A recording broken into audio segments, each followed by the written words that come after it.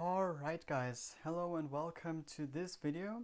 Today I will show you some of the r104 Trixbrix products that I have here. I'll just go through all of these and let you take a closer look at them. And yeah, so let's get right into it, right? Okay, let's start. All of the, or at least most of the products come in a Ziploc bag like this with this paper thingy at the top so that you can see what you get. You know, there's just a picture of what you get, the name of it, and some facts about it. Pretty much what's on their website. So all the important information there. So you can just take this off very easily. And then you have just the Ziploc bag. You can open that and then you can take the individual pieces out. Now, in this case, there are multiple pieces inside of it. In some other products, there is just one piece to the thing itself. Something fell down, but yeah. So in this case, there are multiple pieces in here, and I'm gonna show you what that is in just a second. But firstly, I will have to assemble all of this. So this is a r104 switch, as you probably saw. It's the right switch, and it consists of multiple pieces, as you can clearly see.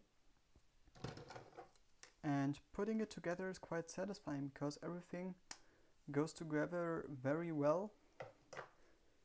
And there we have it, the last piece. All right, so here we have the r104 switch. As I said, it's the right variant of the switch.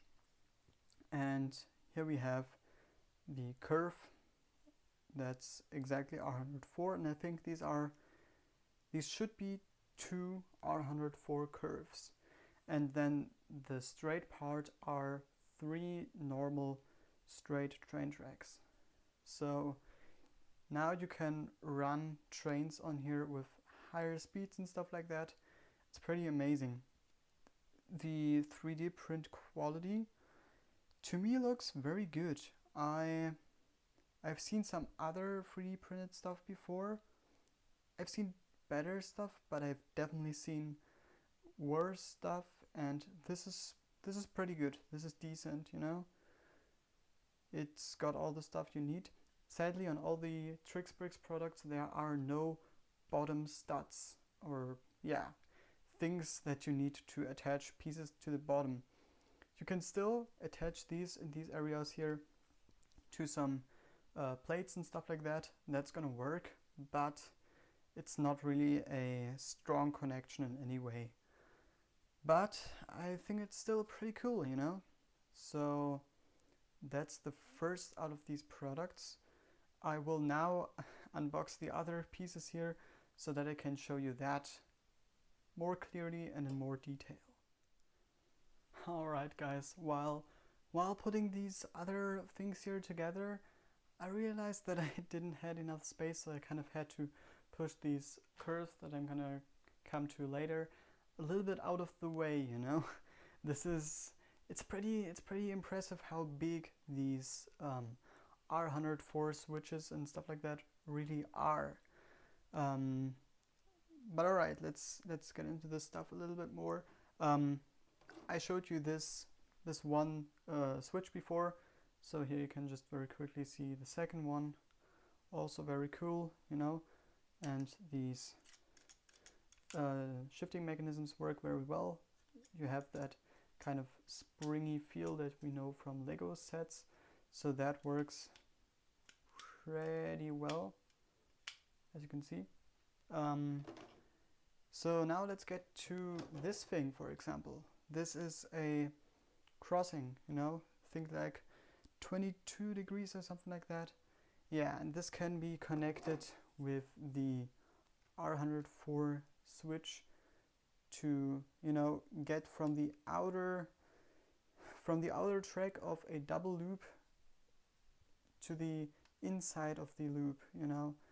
A little bit difficult to explain, but I'll show you some pictures and you know what I mean. So yeah, there are multiple usages for these kinds of pieces, but you know, I'm just showing you a few examples of that. And there are left and right versions of these, just to kind of make that work with the geometry of the switches as well, you know. When you want to do what I just told you, you know, if you want to cross the other line of a double loop, for example, if you want to go right, you need, I think, if you want to go right, you need this variant. This is probably the right variant. And if you want to go left, you need this one. So yeah, I think I'm not really the best person to explain this stuff, but I hope you get an idea of what I mean by that. So that's that. And now I have to take these out of the way, because that right there is a double crossover. Now, these double crossovers are crazy. So this is radius 104 size, and this is how it looks in one piece. That is massive. That is big, very big.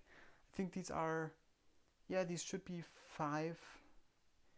Yeah, it has the length of 5 normal Lego straight tracks. So most of the geometry here is pretty much the same as in the switches, but you know, the special part is the middle there with the crossing and stuff like that. But this thing is pretty insane. It looks really cool. Still, all of the you know, switching mechanisms and all that stuff works pretty well. And this is big. Now with big pieces like that are made out of a lot of smaller elements, you have to be careful when picking it up, because, well, not all of it is connected, and if you are a little bit rough on the handling, you can potentially break some pieces off or something like that. I mean, not break pieces off, you know, just you might run into the problem that you take this apart in a way that you don't want to take it apart. But you can handle it like this, it works, but if you are a little bit rough, something like that could happen. So you have to be a little bit careful, but this thing is just epic, as I told you. It's huge and it definitely works in big layouts. And I, as you know from my videos, I usually have big layouts in my living room or something like that. And something like this will definitely look great in a layout like that. But if you want to have a layout in a city or something like that, in a Lego city, this is not the right thing to use, because it's just really, really big. But I think then that's also depending on the city. So yeah, but I personally think it's really cool.